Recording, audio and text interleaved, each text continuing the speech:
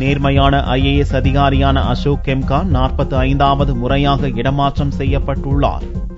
2 ஆண்டுகளுக்கு முன் ஹரியானாவில் காங்கிரஸ் ஆட்சி நடந்தபோது சோனியாவின் மருமகன் ராபர்ட் வதேராவுக்கும் DLF ரியல் எஸ்டேட் நிறுவனத்துக்கும் இடையில் நடந்த சில பேரத்தில் பல கோடி ரூபாய் அளவுக்கு முறைகேடுகள் நடந்திருப்பதை நேர்மையான IAS அதிகாரியான அசோக் கெம்கா கண்டுபிடித்தார்.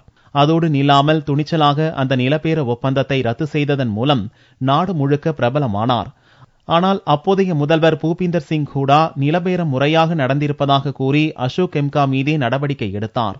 இந்நிலையில் கடந்த 10 நாட்களுக்கு முன் மத்திய கணக்கு தணிக்கை அதிகாரி தாக்கல் செய்த அறிக்கையில் வதேரா DLF நிலப்பேரத்தில் பெருமளவு முறைகேடுகள் நடந்திருப்பதாக குற்றம் சாட்டியிருந்தது. அதன் மூலம் அசோக் கெம்காவின் நேர்மை உறுதிப்படுத்தப்பட்டது. ஹரியானா மாநில போக்குவரத்து ஆணையராக பணியாற்றி வந்த கெம்காவை மனோகர்லால் கட்டார் தலைமையிலான பாரதிய ஜனதா அரசும் இடமாற்றம் செய்துள்ளது. முக்கியத்துவம் இல்லாத தொல்லியல் துறைக்கு அவரை மாற்றியுள்ளது. நேர்மையாக செயல்பட்டதற்காகவே கெம்கா பந்தாடப்பட்டதாக எதிர்க்கட்சிகள் குற்றம் சாட்டியுள்ளன. ஆனால் ஹரியானா போக்குவரத்து துறை அமைச்சர் ராம்விலாஸ் சர்மாவோ இது வழக்கமான இடமாற்றல் தான் என விளக்கம் அளித்துள்ளார். दौर ही ऐसा है कि ईमानदार लोग आर्काइव में ही रहेंगे. आने वाली पीढ़ी देखेगी कि भाई ऐसे लोग भी होते थे, अफसर लोग या और लोग.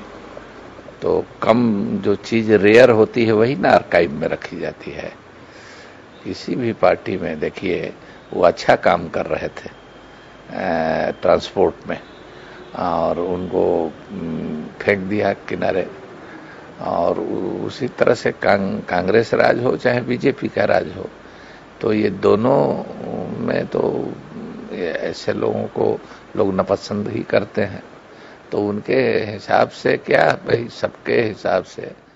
நேர்மையாக செயல்பட்டதற்காக காங்கிரஸ் ஆட்சியில் தொடர்ச்சியாக இடமாற்றத்தை கண்ட அசோக் கெம்கா தனது 23 ஆண்டு கால IAS வாழ்க்கையில் இப்போது 45வது முறையாக டிரான்ஸ்பர் உத்தரவை பெற்றுள்ளார்.